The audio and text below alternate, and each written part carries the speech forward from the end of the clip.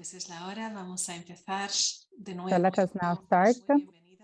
Once again, most welcome all of you. Thank you very much for your presence here today. We have started yesterday these two sessions of this course, Speaking the Unspoken. I think it's very much telling what we are talking about. It's basically aborting our very delicate moment in our communities and our ecclesial realities, because they are of great importance for the entire life of the church, but also for our role worldwide. Let us now talk about our environments, what is happening and taking place in our communities, and however difficult, I think it's very urgent to find a way where we can talk about, because sometimes we do not mention and tackle them because we feel that it's something we shouldn't mention. But of course, this is something which somehow doesn't allow us to properly live. And I know, as I mentioned yesterday, this can affect some personal and community experiences of a more or less recent past. And if you do need help, do not hesitate in requesting support, because we know that you need to be accompanied by those who are, let's say, competent in the field. Now, yesterday, Sister Ianire has shared with us quite a number of topics and realities, among which I would like to underline the fact that the problem of abuses is not necessarily a very specific situation which takes place and affects only a few. It's more of a structural problem, and it is common to many areas, not only of society, and affects also the church. We are not tackling this and looking into it only because it is fashionable, but because we want to truly act to change the situation. We want to analyze and understand and change the situation. As I said, it is a global and structural situation, which has become really very much generalized and spread out in our reality. So we have to avoid abusing and being abused. Another of these topics is prevention. We try to prevent. This is our goal, so that we want to make sure that in our communities there is a greater awareness. So we have to be self-critical towards our behaviors, the behaviors of our communities, and we need to also set up an assessment of these behaviors. And as the Sister Ianire yesterday was telling us, now in order to make sure that often this is not that easy to quantify and to identify them, and this is all the more urgent to introduce protocols and ways of aborting them. We have to make sure to speak and to voice what has not been spoken yet. We need to create safe and respectful environments where we can talk about what normally is not spoken. Another element I would like to refer is what once again was underlined by our speaker, that is to welcome the victims, to listen, and avoid re-victimizing them, not making them feel guilty due to other behaviors, the behaviors of those who have abused. So I know that's not easy. It's certainly not easy not an easy conversation to be taken. So the person and the victim has to find the courage to tell to narrate her experience. And now we're going to analyze all of these elements in consecrated life, which certainly can make contribute to the fact that the abuses of conscience and of power can find a proper breeding ground. I would like to introduce you once again Ianire Aguro. She is slave of the most holy Eucharist and Mother of God. She's also a professor of theology and of religious life, of Bible theology. So both at the Faculty of Theology in Canada, as well as the Religious Institute. Ianire, so the Theological Institute of Religious Life. Once again, Ianire, thank you very much for being here, and I would like to hand you the floor now to you so that you can share with us which are the elements which can somehow contribute to the presence of abuses in our life, in our consecrated life. I would like to welcome all those who are online and those who are basically nearby.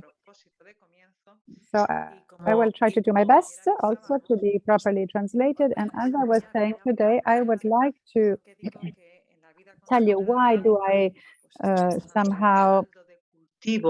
why do I state that we find ourselves in a breeding ground, that is in a situation which somehow is favoring such a situation of abuses. And I would like to focus on three main elements. On the one hand, certain elements which are really typical of our consecrated life, of Christian life, and then personal individual elements that you have to take into account, and then a third range of elements which also belongs to the various dynamics, which are group dynamics, and which certainly correspond to the fact that we do live in a community, but which deserve somehow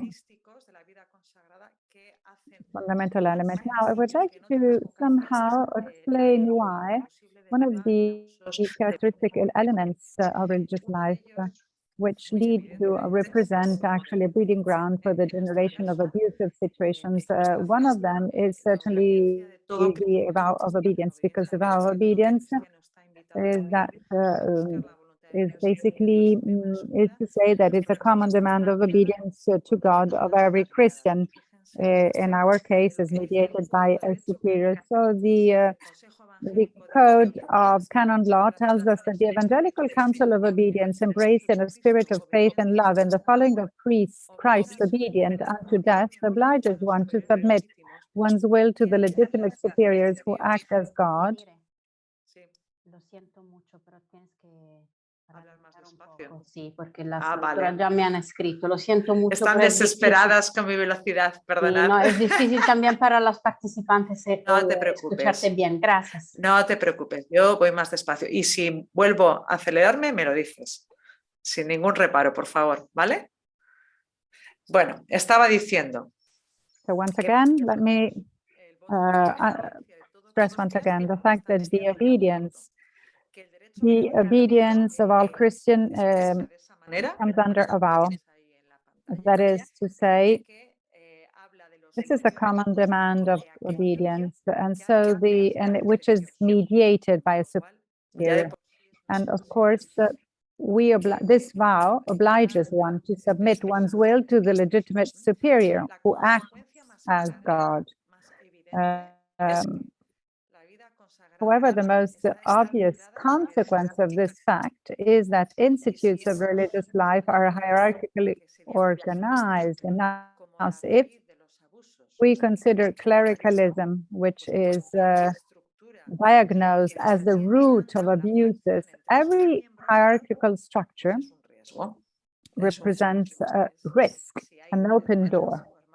So if you do have brothers and sisters have more power, more responsibility, whatever is the way you would like to define them, certainly this to some extent will lead to these practical issues. What I was telling you yesterday is that we all do have a form of power. We do all have some power. And inevitably, this power can be used in an abusive manner, in an abusive way. Now, of course, what is happening is that the structure of consecrated life somehow makes a distinction between some roles compared to others. Now, the code of canon law is stating and is suggesting as a monitoring system that this function has to be limited over time. So should we have a mandate or a limit? Now, since the Congregation of Institutes of Consecrated Life in the new wines recognizes this in the various roles. Now, we believe that inevitably this is the good idea, the goodwill, no? When we speak about time limit, new wineskins, inevitably alternating from one office to another, no? Or from one community to another. So, for example, what I mean by that, the superior becomes provincial, then from provincial she is back again superior. So the idea of the code of canon law is that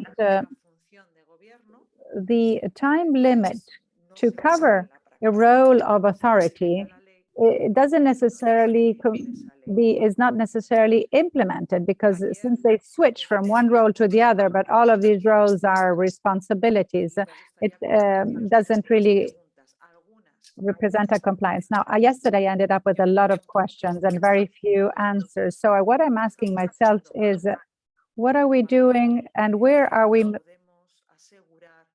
ill doing? Where are we doing incorrectly when we cannot guarantee a certain rotation of leading roles? If we allow for one single person to cover always top roles or roles of responsibility, why don't we properly prepare a rotation and we always have the same at the top of our communities? But however, where are the different prospects in our institutes?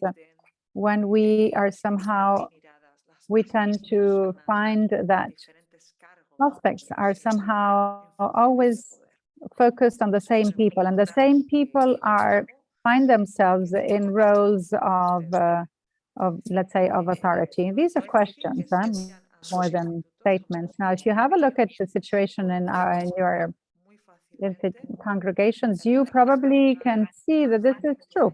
You have some sisters that for more than 20 years have been up in leading positions, local superiors, councillors, provincials, general. So let's say that the wisdom enshrined in the code of canon law not only somehow tries to prevent as much as possible abuses of power, but also tries to avoid having these monolithic stands and roles, and which somehow a change of person also represents a change of approach. And so here I come with a question: how is the concrete practice in your congregation in terms of rotation, in terms of the top roles? Now, I also believe that not only it should be limited over time, but it should be also limited to the mission, not because the mission necessarily is not something which belongs to us. However,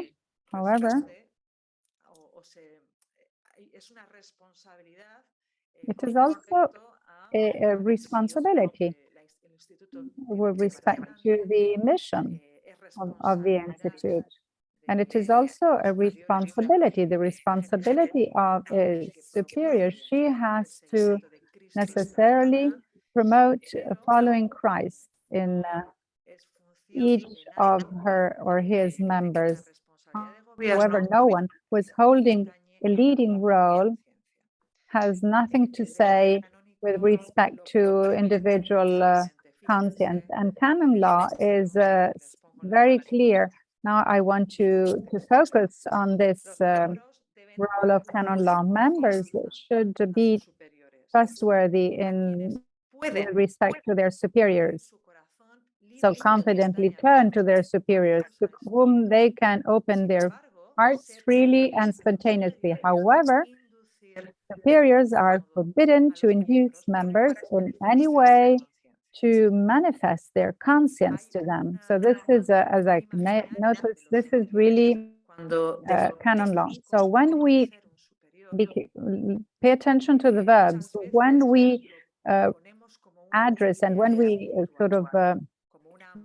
refer to our superiors, we see them almost as if they were really spiritual leaders, as if they are in charge of the soul, or a form of maternity, of spiritual maternity or paternity. But this does not correspond to the actual role of a superior, male or female. So a superior, whatever they can command, must be limited to the external dimension and never to the internal one, because now, for example, when I speak about the internal sphere or dimension, I refer precisely to the conscience, as we can read in the Guardian et Spes. It is precisely is where God's word echoes and resounds. So let's say conscience is man's most secret core, where he sits alone with God, whose voice echoes in his innermost chamber or place. So no one, because of its institutional role or function or authority, can penetrate conscience. I must say that there are many common practices, very common practices in religious life. And when I say common or frequent in consecrated life, it's a bit of a broad definition. I'm not necessarily applying this to all. It is not, let's say I'm broadly speaking, but according to my experience, I would say that there are quite a number of practices which do not correspond to the spirit, and which do certainly blend this with an image of spiritual guide. When you speak about conversation with the superior, when you speak about reporting to the prior, to the abbot, we also have situations where sisters with temporary vows are invited to be accompanied by their superior. And we know that this often is a bit confused by the master of novices. The master of novices is also a superior, and where there's a bit of a blend and confusion between the different responsibility. We have to certainly keep in mind that the vow of obedience means to give up your will, but not your conscience, nor the intelligence, nor the intuition of the spirit that each of us has. In practical terms, at times, this is not very clear, and the situation is a bit blended and intermixed. So the fact is that often in our religious life, we go through and we undertake a period of formation. We all, in one way or the other, for a short or longer term, we are forged, and this is why I am showing this image.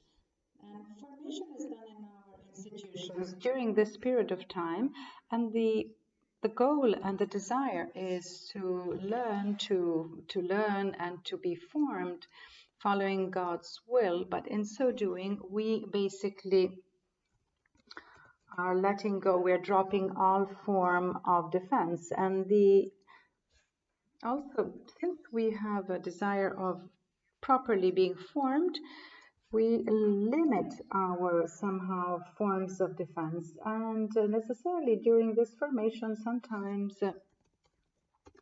what occurs is that there can be it can let this sort of allow for some abusive forms, because those who come into our institutes take for granted what formators believe it is normal, because of course someone who's doing formation doesn't know exactly what consecrated life is about, and it is fairly normal that that they are open up their conscience.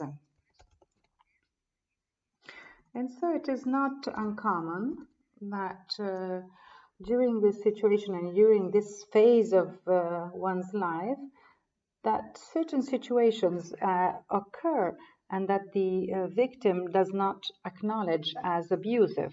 When you have goodwill, I like to underline, I like to say that maybe they do that with the best of intentions, but however, it is also possible that those who are in formation find themselves in a situation of particular vulnerability. Vulnerability is common to all of us, but being open to the other and to what the other tells you in order to be formed, that is like an open space which can allow for abusive dynamics. I would like to ask you, if it never occurred to you, if you have ever noticed that some of these people or information are very much aligned with what the formator is saying, thinks, believes, or who is in charge of the institution. So they're very much alert and aware to avoid that nothing should prevent the person to be self-fulfilled and self-sufficient. One of the basic questions that we could ask ourselves is that those who basically go through our process of formation, are they more free interiorly, or are we instead somehow constraining them? Some women who come to and join consecrated life, they already have their experience. They have experienced part of their life, but instead it seems that after formation they move backwards instead of evolving. There is a bit of a form of somehow aligning everyone to a same level, and often sometimes we should feel that we are all sharing and we are all united by a charism, which is after the Vatican Council II, a call to consecrated life is a call to return to what is essential. But this also triggered a reflection on charisms, on founding fathers and mothers. And the problem of founders does represent a problem for newer and younger congregations, because very often the theology of the founder, which in some cases dates back to centuries, and so it is the outcome of many centuries of experience, sometimes is experienced on human beings. And we have data which testify to the fact that this has become an open space for abusive behaviors or dynamics. However, charism, by definition, is a gift. It's a gift of the Holy Spirit. So it really contains an internal dynamism, and it is absolutely opposite to whatever is rigid, limited over time. I would say that institutional charisms are always enriched and strengthened thanks to individual charism, so the personal ones of those who belong to the institution. And this is why, by definition, to be faithful to a charism necessarily means to be faithful in a creative way and enriching such charism with a very specific view of each of the members of the institution. This is why charisms are not something by definition immutable and fixed. Now, what kind of risk do we run in consecrated life when you consider in a sort of fixed, rigid way the institutions or the congregation's charism? I would say that the risks that we run are two. First of all, that we believe that there is someone who is the guardian or custodian of the charism.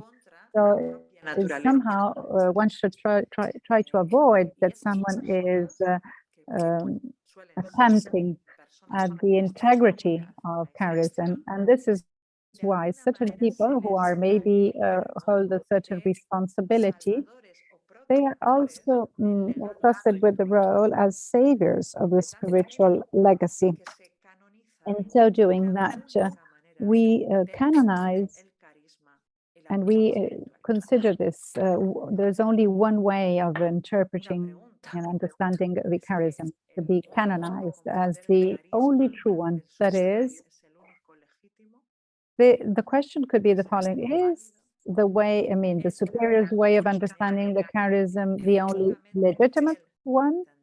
Is it the only legitimate creative way of understanding charism? Is charism something to be protected?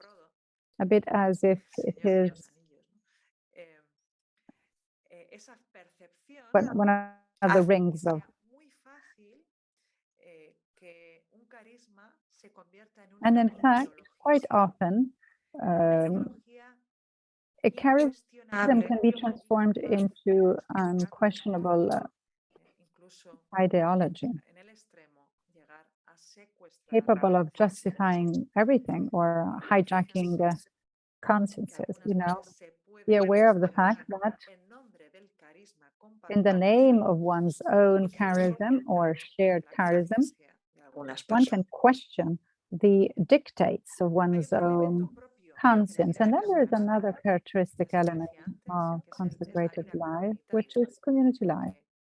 Por vocación, because by vocation, we live with people whom we did not choose and we probably would never choose to live with, and with whom we are united. We're not united by blood or by choices or tastes, but we feel that we are called to live together. And of course, this involves its own dynamic. So we will speak about that at the very end. That is, what a kind of group dynamics. Allow me now to mention the specific elements of individuals, because our institutions are composed or made up of individuals. This is inevitable and it's so clear, but it deserves to be mentioned. I believe that from an ecclesial point of view, we can end up by being a bit naive. I think that being realistic doesn't mean that you don't have to be hopeful and being realistic.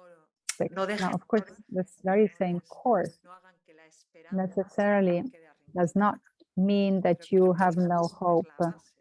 I believe that realism is at the basis of hope. And so I believe also that in the church, at times, we feel a bit naive. And we tend to forget an essential component, which I believe we all have experienced, that is that human beings, so all of us, we all have an infinite ability of self-deception. This is certainly not intentional, however.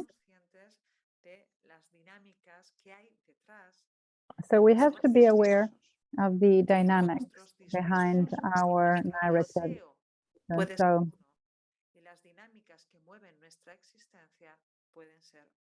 So inevitably, we have to understand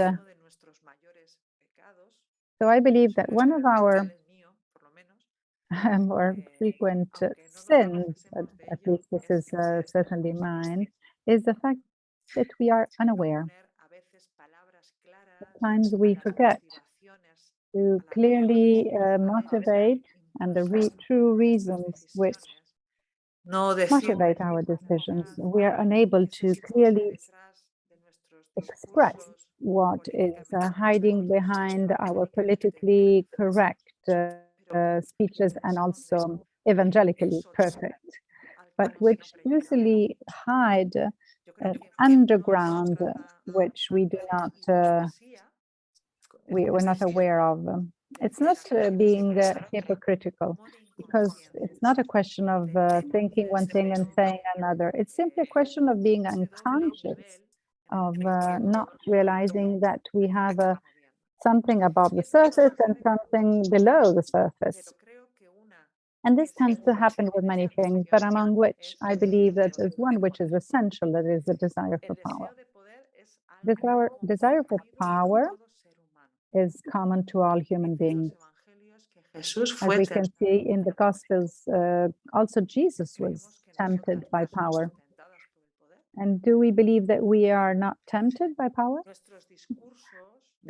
I think that the way we speak and when we say the way we would like to live, power, responsibility as a service, like Jesus Christ washing the feet. I mean, this kind of desire, if it is not totally conscious of our attractions, of our pulses, because we are attracted by power, somehow this desire can be a twofold. It can be ambiguous, no? So we want to be, on the one hand, at the service and wash our feet, but they're not necessary all the time. And this is very much specific of not only a religious life, but I would say it's something which creates a distinction between male and female religious congregations. And why do I say that? Because we as women, we have somehow integrated an idea that grants to man power, strength. We don't see ourselves in the same way. And so we do not acknowledge submission, care, which are normally very much in the female's lifestyle. So once again, the fact that we are giving us the image that we have about ourselves, because we are not recognizing the desire for power. We try to hide it or to reject in an unconscious way, and we do not take that into account. So if you simply go to a chapter and you can see how material is the desire for power. However, it is hidden, and it is, let's say, hiding that and not acknowledging that. It's almost permeates in a very Sibylline way. And I would say that this is common to all human beings, the fact of having a form of power, of dominating something. We also have to take into account the psychological desires. There are some psychological desires which certainly encourage an abuse of power and abuse of a lack of confidence and of awareness, both the psychological dynamics such as abusers, men and women, certainly also of being more victims. And then there are also psychological ones, which basically end up putting us or turning us into victims. Now, of course, probably what one could say, oh, but that person is ill, that somehow solves the problem. We believe if we can speak about psychological trouble, Yo les but voy a I would say that in other words, it's more of a narcissistic trend. I will use somehow. para que podamos reconocerlos. Pero yo les voy a decir I'm going to use a different way. I'm going to use more of cartoons because the cartoons somehow underline and highlight certain characteristics. necesita generar Of course, admiración those who alrededor. have this kind of trend of narcissistic, they need to be acknowledged, valued, and admired. También son personas So quite often, these que are a veces people no tienen who una medida real do not have a clear idea, of themselves, and sometimes try to sell and to present themselves far better than what they are. So they're not honest, and so they somehow obtain a certain results in a very conscious or unconscious way. They tend to somehow eliminate whoever they can, or whoever is maybe putting them in a shadow, so overshadowing. They tend to eliminate all those who could overshadow them. So those who have this kind of narcissism also try to surround themselves with those who admire them. And this is very dangerous in the council, because in a council has to have true freedom of being able to say exactly the opposite. But of course, if you have someone who has narcissistic, let's say, tendency, is very much happy to be surrounded by people who admire them. And this, they can manipulate them to their advantage. And they find it really difficult to recognize the needs and the feelings of others. Now, they also find difficult to recognize that they find difficulties, and that they make mistakes, and of course, it's always someone else's fault. People who have this kind of tendency towards narcissism, they use people. They don't serve people. They are served, so they exploit people, even if in the name of the kingdom or the highest ideals, but it is all to their own interest and good, because they want to create the image that they want. Las personas así, con frecuencia, so quite often, they know how to somehow know to conform to what is expected of them, that they can become, socially acceptable by those who they are interested in. And so they're often charming people and often charismatic. See how we tend to exploit these people who are attractive and who are charming, and we in a vocational pastoral work, for instance. We very rapidly, and I would like to conclude this list for those who have a tendency to narcissism. They have quite a very quick and also very witty in discovering the weak point or the vulnerable point of other people, and they help to use them and to manipulate them, although they don't do this in a very evident and open way. All of this can be lived, and in fact it is lived, while externally they fulfill the role expected of them. For example, think about the great protagonists of the church, who have been also defined as predators. I even think about some name, Paradigma, Marcel, who were, as a matter of fact, attractive, charismatic. Nobody could imagine what they were, what they ended up by being. And others, you can see that, and you others instead, it's absolutely more clear to see what they're interested in. Now you have to be very careful, because it's very, very easy to somehow, for us to caricature those who abuse and to see them as terrible and horrible monsters, cruel people.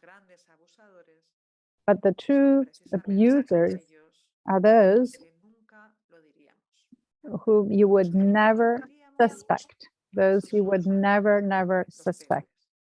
Those are the worst, the most subtle, the most highly narcissistic. And then there is something else we should maybe take into account, which is the psychology of a victim. We always speak about vulnerable adults. It's now a very good expression which has been defined, but it is extremely complex, because I think we are all vulnerable, because we are all human beings, and as human beings we are all vulnerable. But however, there are certain situations which are somehow underlying and highlighting our vulnerability. But vulnerability is something which is common to all human beings.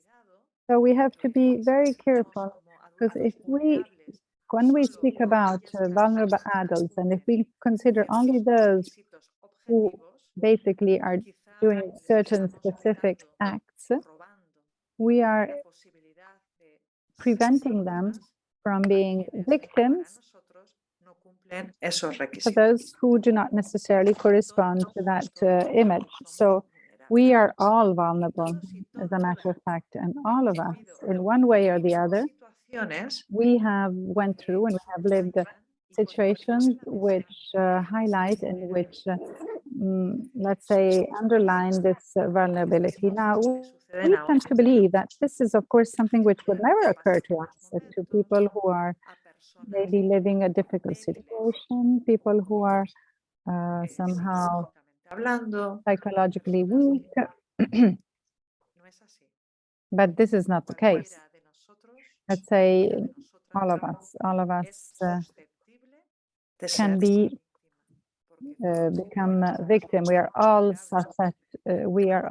subject of being victims, because we can all be manipulated. In certain cases, it can be more evident. Among those who are here listening, who has never experienced a situation of difficulty, or has not experienced some kind of wound, or has not been able to understand that they have been manipulated?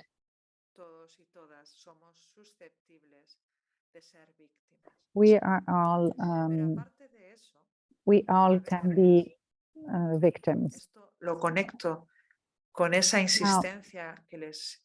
I would like to underline something which I mentioned yesterday. One has to be very careful not to victimize others, because when you look from abroad, this form of abuse, of power, of gender, we can be a bit light, easygoing, sort of easygoing, and maybe ask ourselves, why don't we react? Why do you allow the husband who is ill-treating you? Why don't they tell this person manipulating them? And we really don't understand the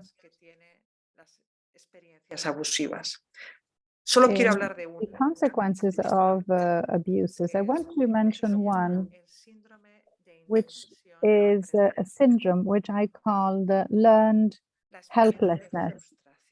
It's a feeling of frustration, that you feel completely helpless when you are in a situation of an abusive situation. You can feel just like this elephant in the cartoon, in the image. So when he was young, he was unable to sort of break that chain or that cord, and he feels that he's helpless, that he cannot escape in this, he cannot escape from this abusive situation, while in theory, in practice, sorry, he could actually leave. So experiencing the abusive situation can lead the victim to consider him or herself as helpless, and that is the only way she or he can be treated. So take this as normal. Now, of course, there's an even more serious situation. Yesterday, I was speaking about the number and the percentage of sisters who have been victims of abuses also during their childhood. And here I'm referring not only on the from a sexual point of view. What I would like to say is that those who have experienced an abuse, whatever any kind of abuse, any form of abuse, is a victim or can be a victim for additional abuses.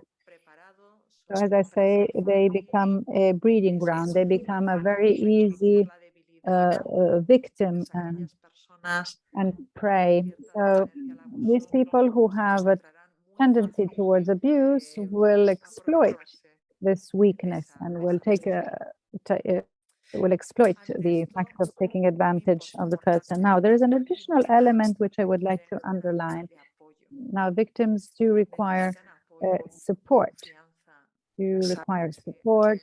Trust, knowing that there are other people accompanying them, and that is the only way they can actually react. And but the experience of feeling completely alone before situations of abuse is terrible. It really destroys. And now I would like to link this to the specific element linked to group dynamics.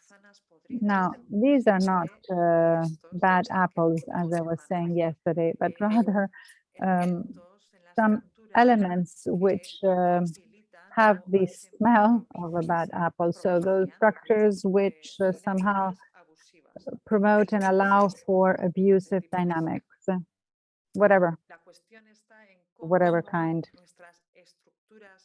The fact is that in which way our community structures are able to produce similar dynamics. Why a group becomes really this kind of lead which empoisons wine? Why a community or a human group tries to find the best version of each of their sisters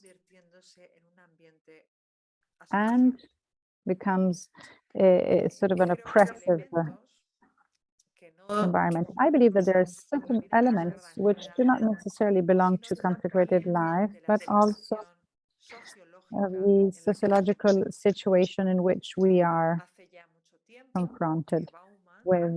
Quite often, someone has defined our society as a liquid society, and very much I'm simplifying. And this author was saying that we live in a period characterized by the lack of realities which are consolidated.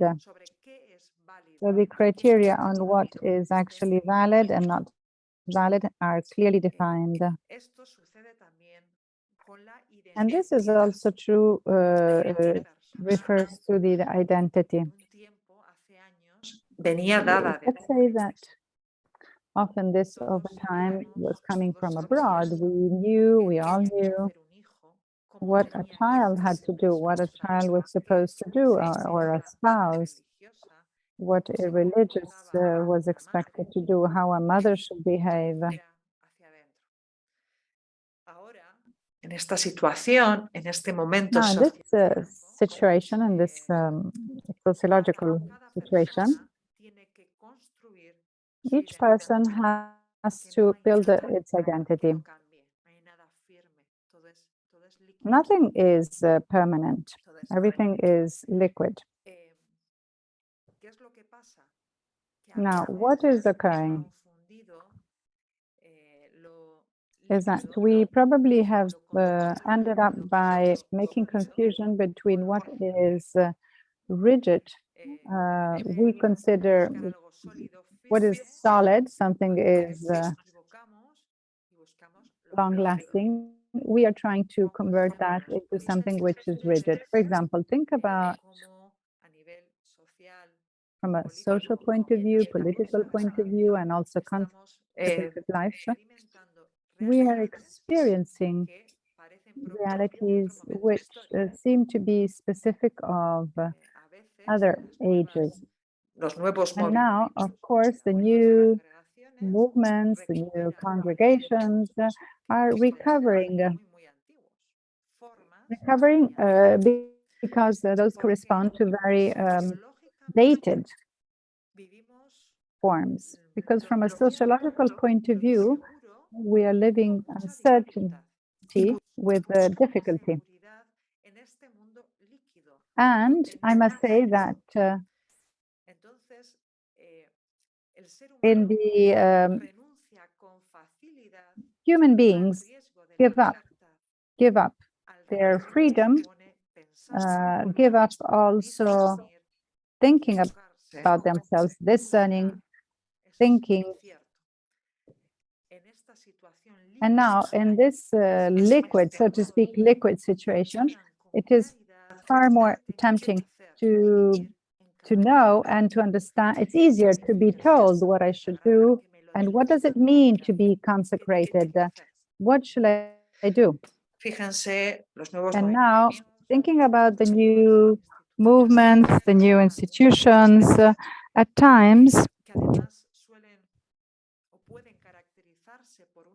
they somehow can be also, characterized by a large amount of members.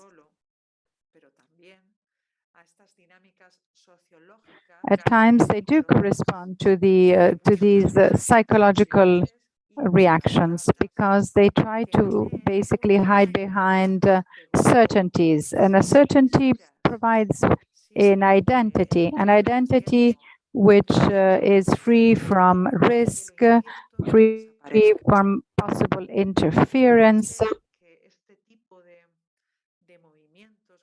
These kind of movements and groups, which exist in consecrated life and also outside consecrated life, and this is why I speak about a social problem, are characterized by the fact that they are extremely closed because they basically specify who we are and who are the others, who we are and who are the others. They try to underline the differences and try to basically clearly identify themselves before the others. I'm not saying with the others, but before, so in front of the others. So we are now precisely living a moment of very strong ideology, where you have strong ideologies which are extremely radical, I would say, radical ideologies, but unfortunately not always in a very positive way.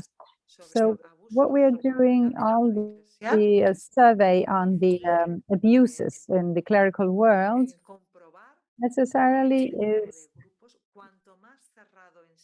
is testifying the fact that the more the group is closed, the more there are abusive forms or variety and multiplicity of abuses. The more I underline the identity of a group, the more I underline a certain identity and granting all the authority to a leader.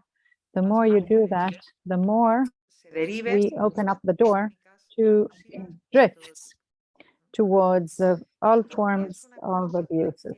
And this is, of course, both social and psychological consequence that we truly have to keep in mind, because This occurs not only in consecrated life, but this, let's say, is common to society as a whole. Now, of course, we also have to consider the influence of a group on all of us.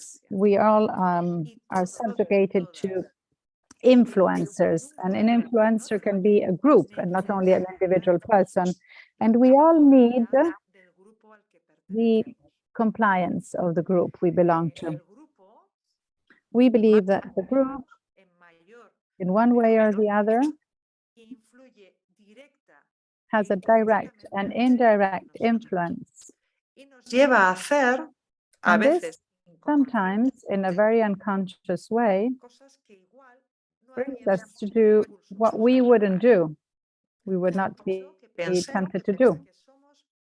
Although we believe that we are controlling our decisions. Because the group is giving us ways of behaving in one way or the other, as I said. The group is telling us what can be, what is valued and what is not valued. So this lifestyle, this behavior or mode of behavior is influencing us, who we are. And we certainly are not attracted by conflicts. We all want to feel comfortable in our group. So we are all somehow rejecting conflicts. So this idea of sort of uniformity is something which occurs, although we might not be necessarily aware of it. And this can somehow become, allow inappropriate conducts to become accepted and considered as normal. Psychology and social psychology has also analyzed the influence of the context when one, in a very selective way, ends up by repressing our individual and personal moral values. So we have to be aware that we are easily manipulated. We are very easily manipulated.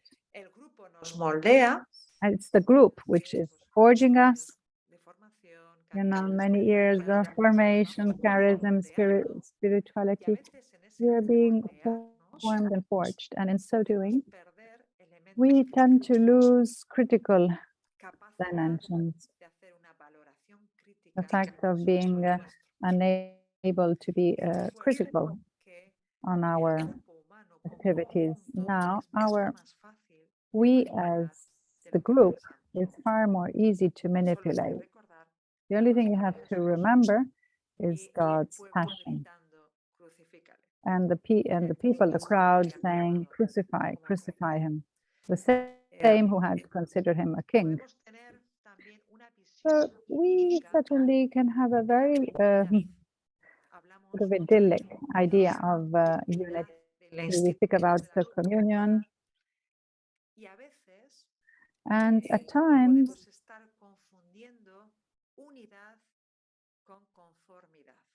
sometimes we tend to confuse unity with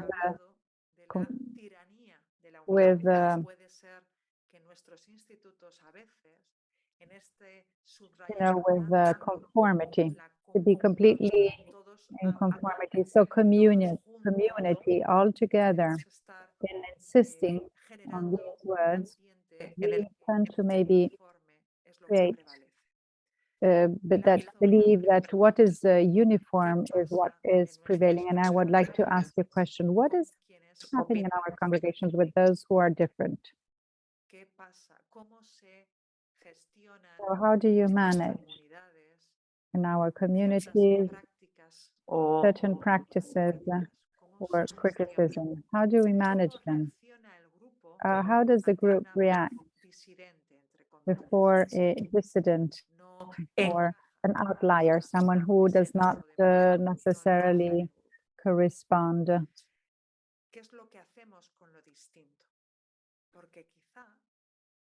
And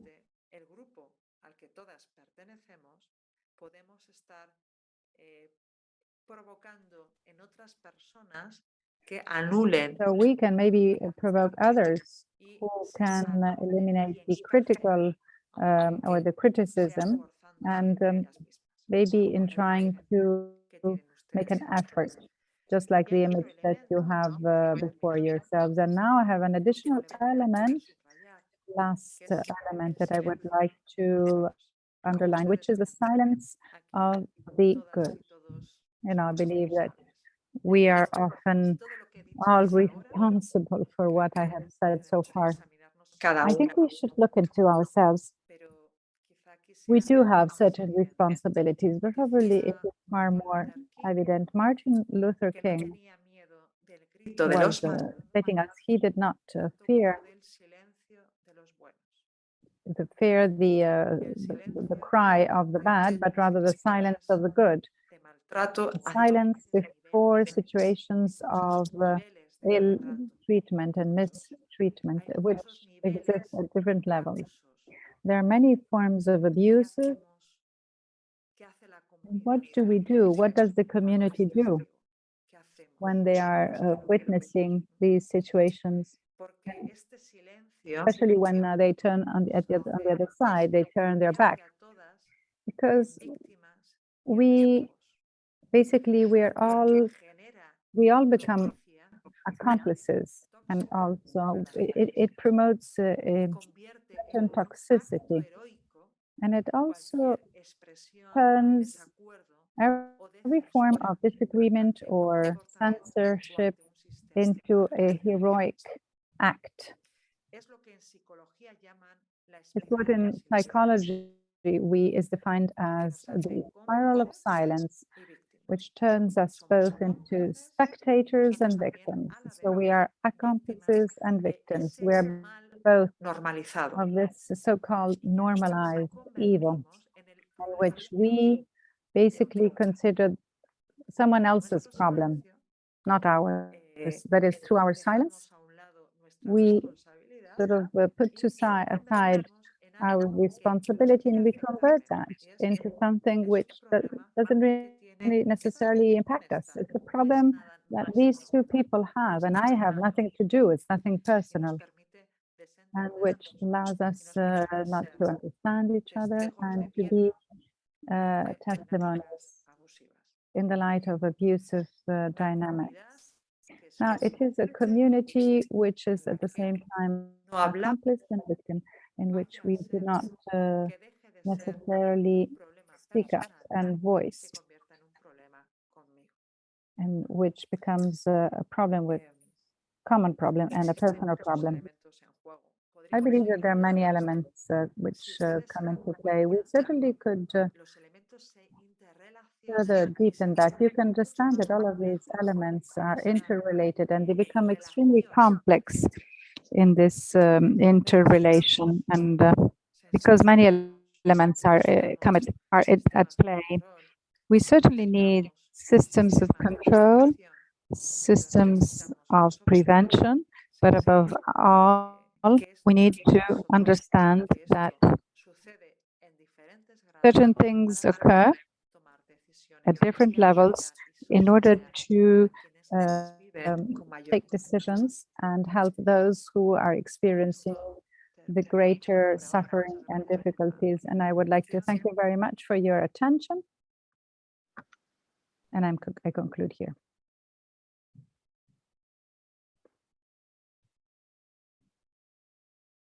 No se te oye, Paula. Paola. Gracias, Ianire, por tu claridad. También thank you so much for your clarity, and thank you for what you have said. And I believe it is not easy. I think it has certainly taken a lot of time of study, of prayer, but I think it has really given us a lot to think, food for thought. So we're going to do exactly what we have done yesterday. I'm going to share my screen so that you can maybe take the questions. We're going to take 5 moments of silence.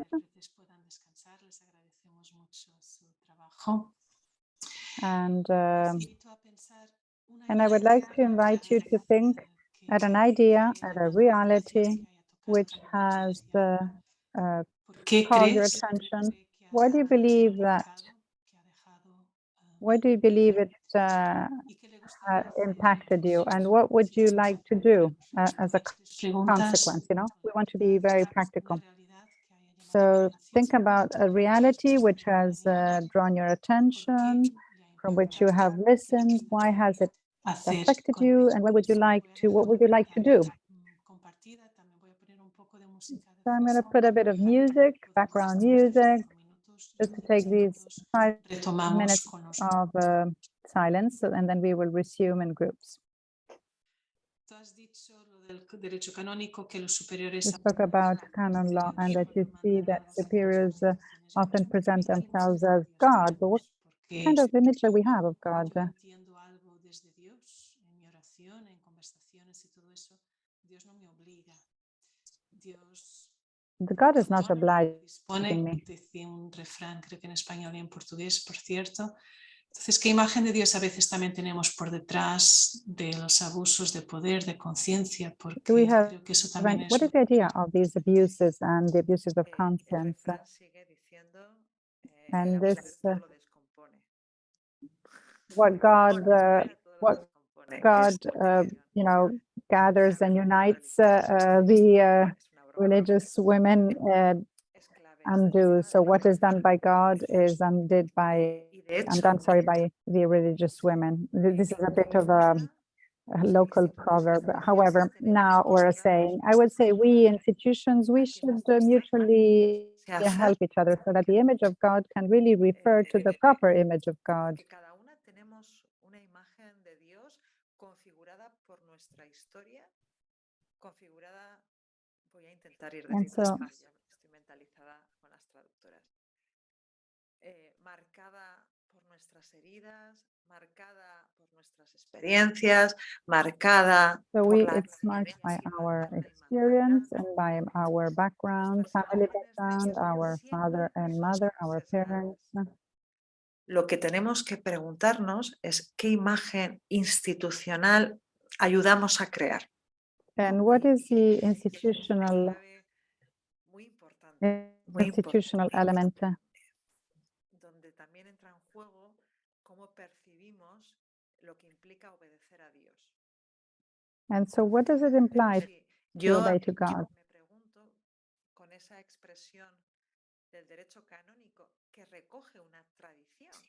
And I think that the canon law is resuming a tradition. How does a narcissist feel knowing that he has God looking upon him? Por ahí vamos. Muchas gracias, Ianire. Pasamos la palabra a la hermana María Raquel, por favor. María Raquel. Buenas tardes, soy la hermana María Raquel de Argentina y hoy estoy en el Consejo General acá en Argentina. Hermana, le pido que hable un poquito más despacio, ¿vale? Porque las traductoras tendrán dificultad con su acento y con su rapidez. Gracias. Tú tienes que hacer como yo y frenar. Gracias. You have to put a break to slow down. So my question is the following. Habló sobre la necesidad de rotar The need personas que ocupan posiciones de to liderazgo. rotate people who are in leadership roles. I think we all agree on that. But what happens in reality, especially when we are growing older, especially the aging of members, because the majority of members are aged, are old, and so we do not have other people able to replace them. This kind of situation at times imposes the fact that these people, the vice provincial becomes provincial and so on. Bueno, no es mala pregunta. Eso implica, esa situación implica que The situation implies that we have to learn to die. Y eso implica que habrá que buscar una estructura y una organización. So this would imply a structure and a structure which can y la agilidad en la estructura. Si la So mayoría this de implies a hermanas certain flexibility in the structure. So if the sisters are sort of elderly and they are no longer able to, you know, fulfill their role or be in that given position, we will have to find an alternative position. You cannot ask someone to do no dan, what the person is unable to do. And if you don't have the demographics, if you don't have the people, nothing can be done. You cannot provide rotation if you don't have the enough people. You have to learn to die and fructify, so to be fruitful. This is also an important experience. Thank you very much. What you have said is very interesting. To learn to die. I would even add that accept the idea that the congregation can come to an end. I think it's a very proper idea, because many have come to an end, and many which were absolutely extraordinary. And I believe the same. The fact of feeling completely desperate for vocations, and in my opinion, has not really led to anything positive. Sí, Teresa, solo I don't know. decirte The only thing I can tell you is that there's still desire and desperation for new vocations. I think we should be very honest and understand why. Is this an evangelical desire, or simply because we don't want to let go? We want to have someone who takes care of us. So we should first question us on the reason, on the motivation, and what is the price for that, you know? For example, is it due to the discernment, the need? Cuestiones formativas, ¿a costa de qué? Why? Aprendamos I mean, a morir, que es lo at más which básico. cost? I think we have to accept to basically learn to die. To die also for so the vision can be one, simply one. I simply believe that the accompaniment of novices is really producing a lot of suffering for me. Thank you very much. There are others who are asking for the floor. Sure, Odilia. Buenos días, buenas tardes para ustedes. Hello. Mi pregunta va relacionado con respecto a las superiores que llevan acompañamiento. The superiors.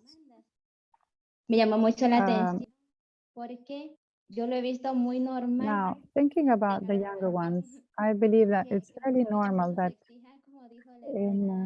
as the sister was saying, to read and to understand the conscience, the fact that you open up your conscience to the formator, to what extent is it normal or not normal, rather? What should be done in a given accompaniment? If you refer to normal as usual, I would say it's very much usual. El derecho canónico intenta proteger, no es normal. If she's trying to protect, that's not normal. Now, if you try to see to what extent it is controlling seminarians, it's a difference between the spiritual direction. He can never be in favor or against the fact of a seminarian remain in seminarian house. So, thinking about canon law, we're not taking into account canon law. Spiritual direction, which implies to open up conscience to someone who can accompany you, es una cosa. never decide in your place. La responsabilidad que tiene So la that's one institución aspect. And the para other formar is instead the elementos institution. distintos. These are completely different El elements. formador So solamente, a el formator, diálogo con el formador with the solamente formator, debería ser en función de lo externo, should be done only nunca del interno. with respect to the external world, not the internal one. Muchísimas gracias. Espero que la Thank you respuesta. very much. And I hope that the answer has been Gracias. helpful. Thank you very much. I'm now going to switch to English. Please do let us know what you'd like to ask. Thank you very much. Well, it's not kind of a question, but it is first of all to say thank you to Ianire for all this that you are presenting. Like I hear what has been discussed and also what the people have been contributing both in the groups and also in the audience in the plenary here. I just wanted to share something that we are living as a congregation. We are also sorry, speak slowly, please. Okay, please. okay. We are a congregation that is also that has been making steps to make a shift. We have the majority of our sisters who are elderly. So the younger generation is the numbers are they are very small, but also we see that we've been invited to take up this challenge of leadership positions as young ones. So what we've done to help not to scatter our energies as we are working in different countries, with our elderly sisters in the entities of America, Europe, we have tried to incorporate the lay people. Lay people were able to do certain works of administration within our communities, but also they get formed to live our charism and our spirituality. Like that, we realize that even if we have elderly sisters, we have some people who can journey still with our sisters in a way that any of the sisters will journey with them, except that certain responsibilities are not given to the lay people apart from the sisters. And then also for the younger generations, I think also today as we are moving on into a new context of many challenges, I think it is also an invitation for us to be open and take up leadership challenges to say, we have the potential, we are able to show it. And it is, as we are talking about these issues today, I think there is also a kind of openness whereby we are able to express, I'm capable of doing this, and the people also, the sisters can see that this person has potential, and therefore they capitalize on the potential at the service of the mission, at the service of the congregation. And I think this is where I would say, well, people can still be in power for more and more time, recycling every time the leadership for those that are information. But it is also, I think, an aspect on the younger generation. Are we ready to take up those challenges? Are we ready to be in leadership? Are we ready to be formators? And it is where I say, well, if there are programs of formation in the congregation, that is also a way to go to see that we are all prepared, that we do not get the shock of our lives. As Ianire said, that also, it is also to be ready to die. And when we are ready to die, we leave the mission in a more positive way. Thank you. Thank you, Lina. Thank you. Ianire, espero que hayas podido percibir. Cuando habla Lina es cuando tomo conciencia de la Lina is speaking. Entonces, Actually, I'm aware of how life is in translating. Has usado, no sé si tú o la traducción, pero supongo que dos verbos. Has hablado de control. I think you spoke about two verbs, control, trust. They go one against, I mean, they're opposite. When you trust someone, means is absolutely letting go and not being able to control, which in other words is like saying trusting. It's when you let go, you trust. So it doesn't mean closing your eyes and not accepting, confrontation rather than a confrontation is sharing. So when you rotation implies trust, and trust means that the congregation is not our own work. It doesn't belong to us. We believe it belongs to God. That's what. Thank you, Lina. For the last voice of today, Avril, please, if you can. Thank you. Join us. Thank you for your input. First of all, thank you for your input. I'd like to go back to what you said when you spoke about learning to die. Thank you for daring to say it. It's an important piece. And my question is really around learning to die. Even after an institute has decided it is no longer taking any members, even after it has recognized that it is dying, this takes a lot of time. In my opinion, it's a process. An institute does not die overnight. And in the meantime, people still need to take responsibility. And it seems to me what happens is that a smaller number of sisters have responsibility for a greater number of sisters and more power in their lives. And perhaps even the institute only has one major superior. So authority is focused in one person. So my question to you really is, do you see anything that can help to minimize the possibilities of abuse in that situation? Have you any advice for preventative measures which can help to keep trust and avoid over-controlling?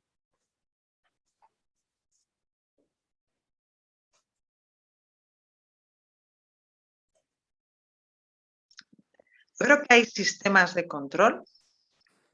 I believe that there are ways of preventing and, methods of controlling, but implying and implementing control, but in a different way. Let's say, first of all, you have to develop a sense of criticism among sisters, which is very important. And you also sometimes have to reconsider the image of the leader, because the leader needs help and needs criticism. So not opposition, but help, support. And this is a kind of image that you have to reflect on others. And then you have a form of control, because the body, so let's say monitoring body is the council, and the council should also act in limiting the power. You remember when Pope Francis has somehow limited the duration of roles of responsibility, that implied a greater and a broader participation. So you also have to reconsider the way a council is organized. A council has to be more effective. It doesn't simply have to grant permission at a given moment in time. It has to have a different role. We also have to open up to a broader participation, where gradually you are, let's say, transmitting the message that everyone's voice is welcomed, or even different voices or multiple voices. I believe that there are many other solutions, but I believe these are very practical ones. For your question, it was not an easy one. I hope it has helped. Voy a pasar al español. Back to Spanish, and allow me to conclude. Because it is now 4 p.m., I would like to thank you all sincerely for your participation, and Ianire in a very, very special way. Creo simplemente que voy a subrayar.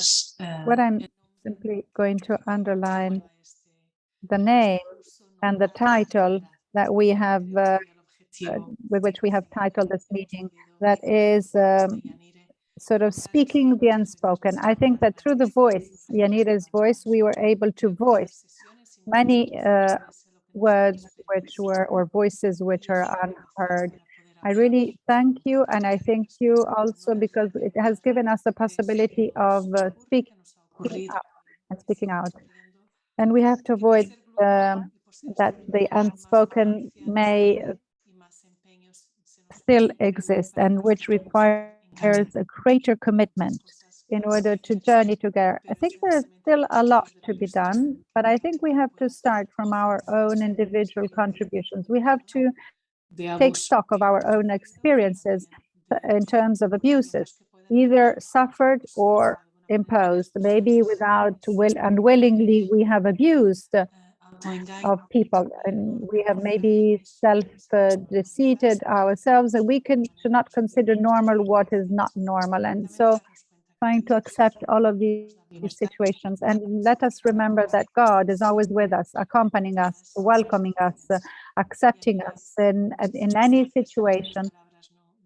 And certainly, thank you, Ianire, for your for the value, for the quality with which you have passed on your message, and your great contribution for speaking the unspoken, kindly thanking the interpreters. Yesterday there were also Maria Giovanna, and today we have others. We have Simona. We also thank the Ricardo, Patricia, and the many. I would like to thank you very much. And we would like to send you an assessment form, and it would be very helpful if you could reply, because it will help us to improve. We will certainly remain in contact. We will send you the videos. Maybe, I don't know if we will be able to send them to you this week, but it will be certainly shortly. Thank you, Ianire. Thank you very much. God bless you. And now we can open up the